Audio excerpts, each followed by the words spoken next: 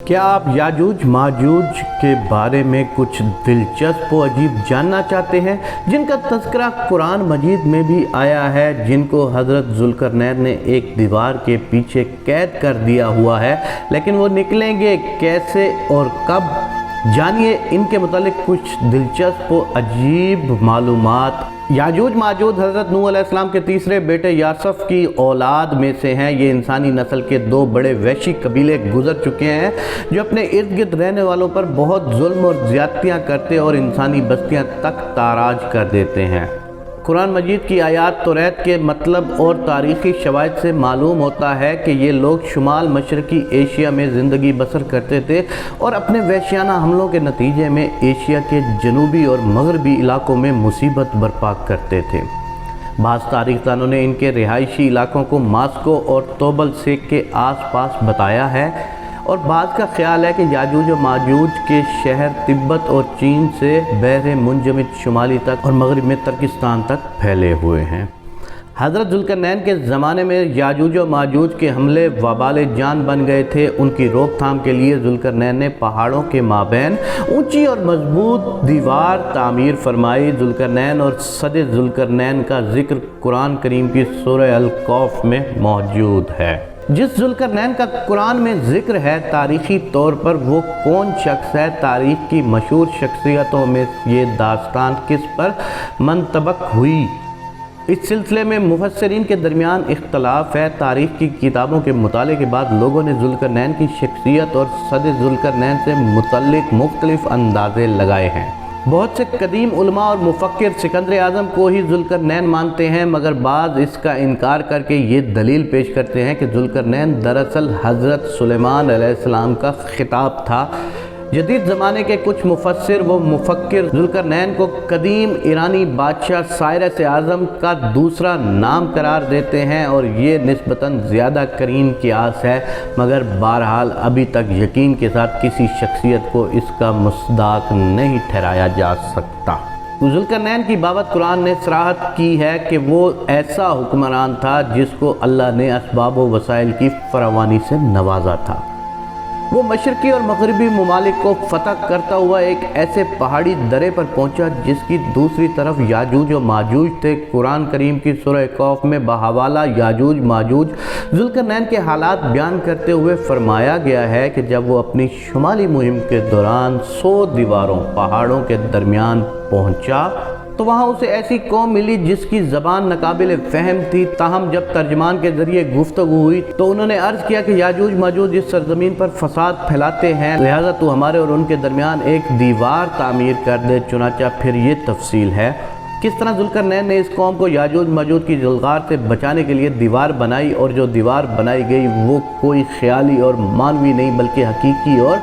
حسی ہے، جو کہ لوہے اور پگھلے ہوئے تانبے سے بنائی گئی تھی، جس سے وقتی طور پر یاجوج ماجوج کا فتنہ دب گیا۔ جب یہ دیوار تعمیر ہو گئی تو ذوالقرنین نے اللہ کا شکر ادا کیا جس نے یہ دیوار بنانے اور لوگوں کو آئے دن کی پریشانیوں سے نجات دلانے کی توفیق بخشی،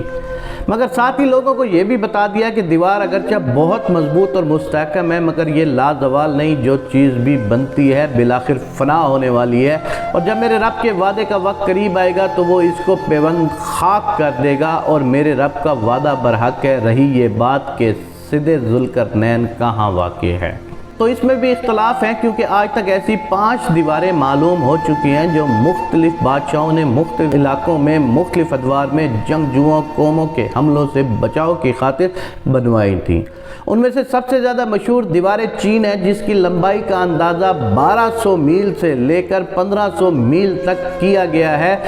اور اب تک موجود ہے، لیکن واضح رہے کہ دیوار چین لوہے اور تانبے سے بنی ہوئی نہیں ہے اور نہ وہ کسی چھوٹے کوہستانی درے میں ہے، وہ ایک عام مسالے سے بنی ہوئی دیوار ہے۔ بعض کا اصرار ہے کہ یہ وہی دیوار مارب ہے کہ جو یمن میں ہے۔ یہ ٹھیک ہے کہ دیوار مارب ایک کوہستانی درے میں بنائی گئی ہے، لیکن وہ سیلاب کو روکنے کے لیے اور پانی ذخیرہ کرنے کے مقصد سے بنائی گئی ہے۔ ویسے بھی وہ لوہے اور تانبے سے بنی ہوئی نہیں ہے، جبکہ علماء اور محققین کی گواہی کے مطابق سرزمین کفکار میں دریائے خضر اور دریائے سیاہ کے درمیان پہاڑوں کا ایک سلسلہ ہے جو کہ دیوار کی طرح شمال اور جنوب کو ایک دوسرے سے الگ کرتا ہے۔ اس میں ایک دیوار کی طرح کا درہ بھی موجود ہے جو مشہور درہ داریال ہے۔ یہاں اب تک ایک قدیم تاریخی لوہے کی دیوار نظر آتی ہے۔ اسی بنا پر بہت سے لوگوں کا نظریہ ہے کہ دیوار ذوالقرنین یہی ہے، اگرچہ سدھ ذوالقرنین بڑی مضبوط بنائی گئی ہے جس کے اوپر چڑھ کر یا اس میں سوراخ کر کے یاجوج ماجوج کا ادھر آنا ممکن نہیں،